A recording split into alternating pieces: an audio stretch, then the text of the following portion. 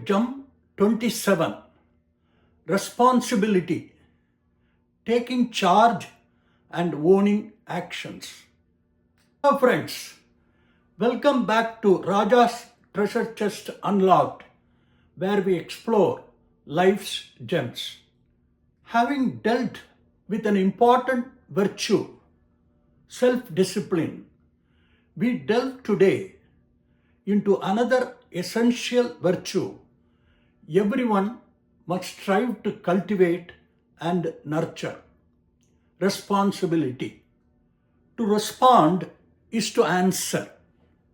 Correspondingly, to be responsible is to be answerable and accountable.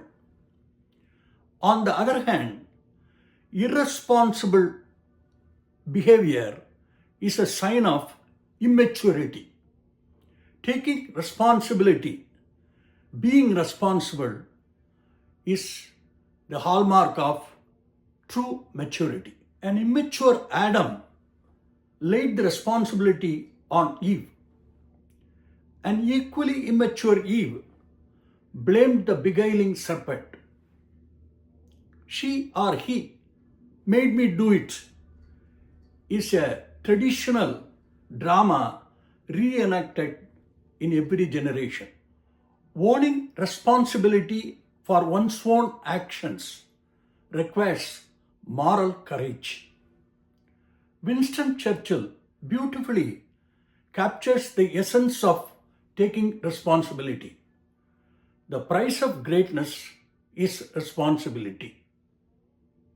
Here is a timeless story, King Alfred and the Cakes, which highlights that kings are peasants. They are revered when they own responsibility for their actions.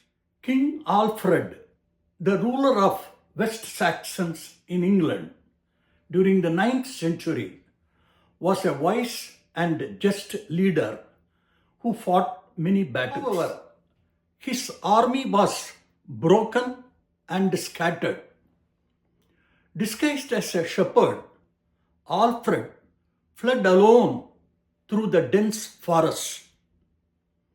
After days of wandering, tired and hungry, he knocked on the door of a woodcutter and begged the woodcutter's wife for food and shelter. The woman took pity on the ragged stranger, unaware of his identity. She said to King Alfred, "I will give you supper if you watch these cakes I am baking on the hearth. I need to go out to milk the cow. Watch them carefully and make sure they do not burn while I am gone." King Alfred thanked her and sat by the fire. However, his troubles filled his mind. Immersed in his thought, he totally forgot about the cakes.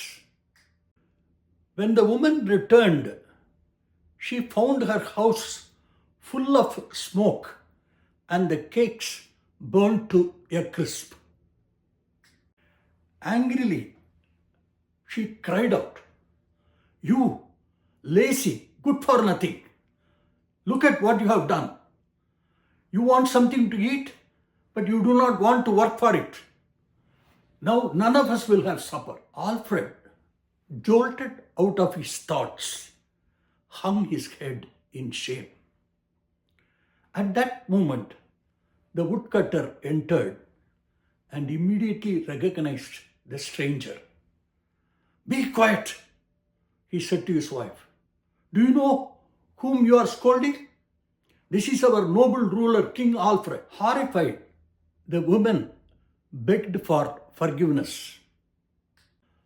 But the wise king rose and said, "You were right to scold me.